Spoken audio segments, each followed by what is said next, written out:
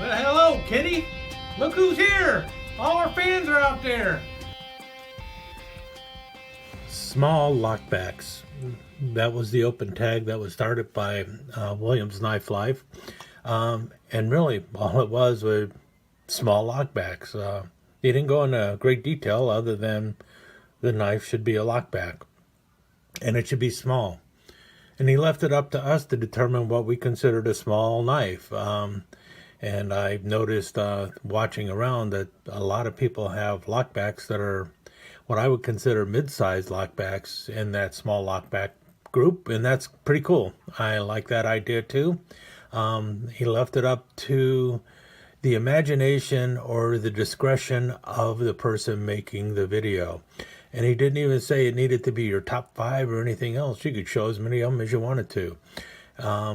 Which means I could be here for a long time. Especially if I went in the direction where other people did and they said, well, it's not really a lockback, but it does lock. And so they showed little things like, this little doohickey, the tadpole, which is not a lockback, it's a liner lock. Or I could also show this little thing. I think this is by True Utility, which is a funky frame lock. Or I could also show the Buck Whitaker. And this one is really weird because it's really more of a cap lifter that just happens to have a blade on there that is also a liner lock. But I'm going to stick to lockbacks. See how I just snuck those 3 in. But I'm going to stick to lockbacks, and I'm really going to stick to lockbacks that are under 3 inches long, with the exception of one. And the reason that one is going to be here is because it is the Spyderco Dragonfly, and Williams Knife Life showed his Bird Robin 2. And I actually asked him in his comments about the Bird Robin 2 because, well, it is basically the bird version of the Dragonfly. And the Dragonfly is 3 3/8 of an inches long. And so this is going to be my big little knife. Everything else here is 3 inches or under. But this is the knife I carry all the time, and I really like it. It's a nice one-hand open knife. I like the front finger choil and everything else. It's in VG10. It is a little bit different than the Robin in that it has a wire clip instead of the metal clip. And it is only left or right hand carry tip up. The Robin can also be carried tip down. This is in VG10. This has got the Zome green. I've also heard it called Zome, Z-O-M-E. But anyway, also Zome green FRN handles. I believe the Robin might have G10 handles, but this knife is really good and worth every penny I paid for it. I really am very happy with it, and I carry it all the time. So I am thinking seriously about picking up a Robin, which is the same size knife, and it has the 8CR13 blade, and just so I can compare the two. Just haven't gotten around to it yet because I don't know if I want to spend the $30 on a knife that is essentially the Spyderco's bird clone of the Dragonfly. And I don't know. Might end up picking up another Dragonfly instead. That's how much I like them. Any case, there's the Dragonfly. 2 minutes on that, much longer than I really wanted to go. Let's go into the 6 knives here that I'm actually going to talk about, and that is the ones down here. These are all basically like that one. Now this is the Stoneworks Little Barlow that comes in at 2 7/8 inches long. Let's just bump that down like that. I think that's right. Yep. See, they're about 2 7/8 of an inches long. So it is small for a Barlow, and it is a lockback, and this came out first in the Stoneworks series. Now this is number, can we see it there? RR1164. So this The Stoneworks knives came out in 3 batches. The first ones were in the 900s, and then there was some in the 1100s, and then I think they did a couple in the, I think that's it, really, 1100. And then they came out with another production run of several that were in the first batch, and as well as the second batch, and that is the difference between my Barlow and the one that Williams Knife Life got. If you notice, mine does not have a blade edge, and I was mentioning this to him on his channel also. So I have the Trappers. Notice this one does not have the blade edge, and notice the stone layout. And this is, I think, the 918. And then they also came out with a second run of the 918s. Well, I wanted the first run. I didn't want the second run. And the second run had the Stoneworks blade edge added. I don't know why they went ahead and added a blade edge to it, but they did. And then the next thing they did, besides having the 918, notice this one is still 918 or whatever. They decided to come out with a different trapper with a set of stones that were laid out differently. So I went ahead and grabbed that one again with the blade edge. And this blade edge is now on the ones that are on the imitation malachite and pearl. I have not picked up any of the imitation malachite and pearl. Comes with the magnetic box and everything else, so I'm not interested in those at all. But anyway, there is the little lockback Barlow that came out in the Stoneworks line. Rough Rider has since put out a couple other ones of these in the Barlows with the little lockback Barlow. Okay, with that said, let's move on to the other knives. And I'm really just going over these 5 down here relatively quickly. And this first one is by Frost. And you see here, it is 3 inches and got a nice little sweepy blade going on that is 2 1/4 inches long and 2-inch cutting edge going on with it. And a nice little lockback, all stainless steel construction. You see here also surgical steel and made in China. And this is basically the upgraded version of the those plastic mini eagle eyes that he also sells. But I tell you what, the one in stainless steel, this one here at least, no blade wobble whatsoever. Really good lock, and listen to the action there. I do have a video that's going to be talking about all of these knives, the little mini eagle eyes that also talks about the Silverhawk, so stay tuned, that should be coming out soon. Now next, this is by Taylor Cutlery, and it came out back around, I think in the maybe the 80s or 90s, and they called it a Squirrel Hunter at the time. And that's what I like to collect, knives that are basically the Squirrel Hunter type of pattern, which all of the ones back here, the Cub Lockbacks by Rough Rider are. And you see the overall length of this thing is just over 4 inches, 4 1/4 inches maybe. Got a blade length that is about 1 5/8 of an inch, and a cutting edge that is 1 1/2 inches long, or just under 1 1/2 inches long. But what I like about it is just the shape of that handle, and it does actually feel pretty good in the hand. You end up grabbing it back there, you got all that blade up there that you can work with, so you can like skin your squirrel or whatever you want to do with it. Again, this one is 440 stainless. It was made in Japan. You can barely read it under there, Japan. And then Taylor Cutlery on the back.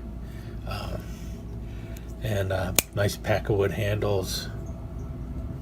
Really pretty, and I like the way they slanted the bolster here. Just looks really great. Okay, let me got to do something to know which ones I've already grabbed. All right, next up is this little pink guy here. I've actually got two of these, one in white smooth bone. This is the one I picked up first, but then I saw this one when I was at SMKW and went ahead and picked it up. Yeah, I have a small pink smooth bone knife collection, and this was one that I added to it because, well, it had a different shield and it had a different blade edge going for it. It is in their Love, Peace, Friendship line, and this was, oh, there you go, RR1379. But it is basically the same knife as this that was in white smooth bone. And first time I saw it, it was called the El Diablo. That's what the seller was calling it. I don't know. I think all Rough Rider has ever called it is a small lockback. And I just like it because, well, the shape of the knife. It's got a really cool shape going on. Nice lock on the back here. This one obviously was picked up for the collection. The white smooth bone one I carried for quite some time because it's a really nice knife. You see again, overall length of the blade looks like about 2 1/8 of an inches, and the cutting edge is about 1 7/8 of an inches. You see there, RR 1379 China 440 razor sharp steel. But nickel silver bolsters, brass liners. You got the little piece shield going on there, but see how it just drops in your hand there and it just locks in place. It really works nice. So it's a pretty cool knife.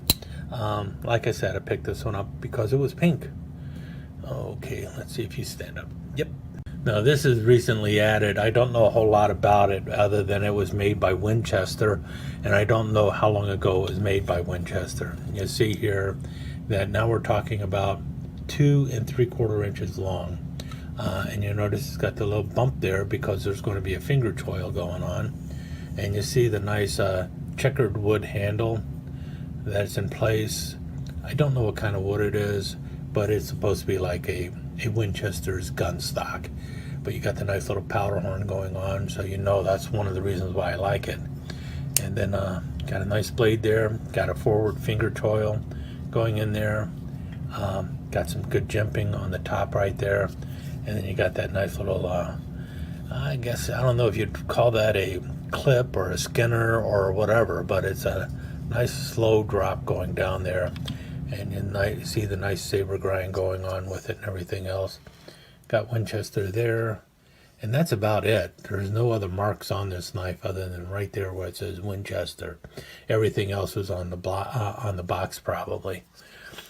Blade length, 2 inches.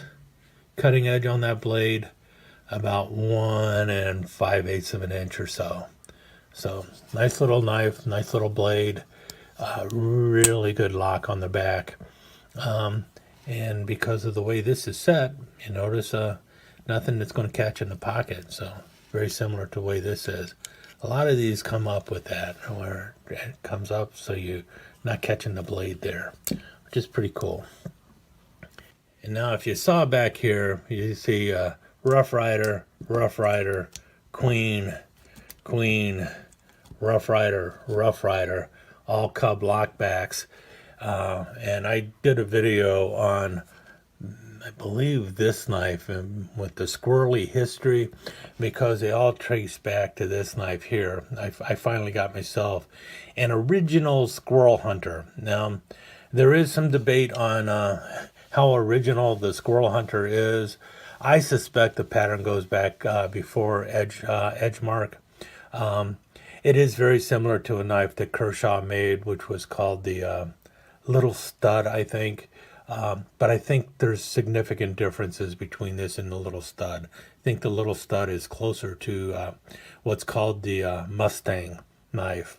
But anyway, here we go. It is the Squirrel Hunter. Which is very similar to all of your Cub lockbacks out there, except as you see, Squirrel Hunter there, and Edgemark 11120, and then on the back it says 8A Stainless Japan. And what they mean by 8A Stainless Japan is Aus 8 steel and made in Japan. and you see some really nice looking cracked ice covers on there. Not as good as the Pearl. You can obviously tell the difference between it and Pearl just by glancing at it, but still, for what it is, that's some really nice looking cracked ice. And notice one of the differences between this knife and these knives back here. No nail nick, because you don't need it to pull this blade open. You just pinch it and open it. So there is a quick look at all of these knives, all of my little small hunters that are under 3 inches long. The other thing I also decided to do is keep it to knives under 3 inches long with a single blade. I also have small lockbacks that have multiple blades and stuff like that, but I just wanted to keep it to under 3 inches and a single blade. Maybe I'll do another video that shows knives that are under 3 inches with more than one blade, but that would be a much smaller, shorter video than this. And obviously this is not under 3 inches long, but you know the reason why I showed it, mainly because it's my Dragonfly and I really like it. In any case, there's my video, and look for more information on the Squirrel Hunter in a near future video, as well as the Silver Hawk.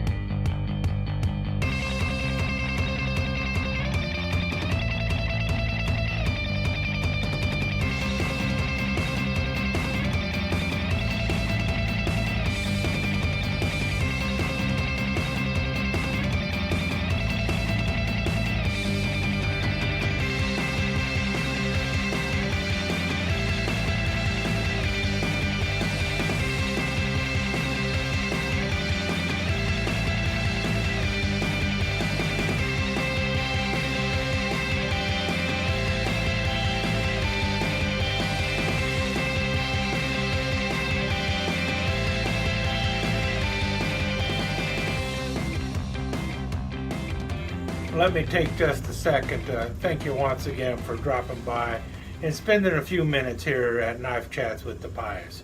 I really do appreciate it, and I do appreciate any comments that you leave. So please remember to give me that thumbs up, and also don't forget to subscribe and ring that notification bell so you'll know when the next episode is up and running. Thanks again for dropping by. Really do appreciate your time here.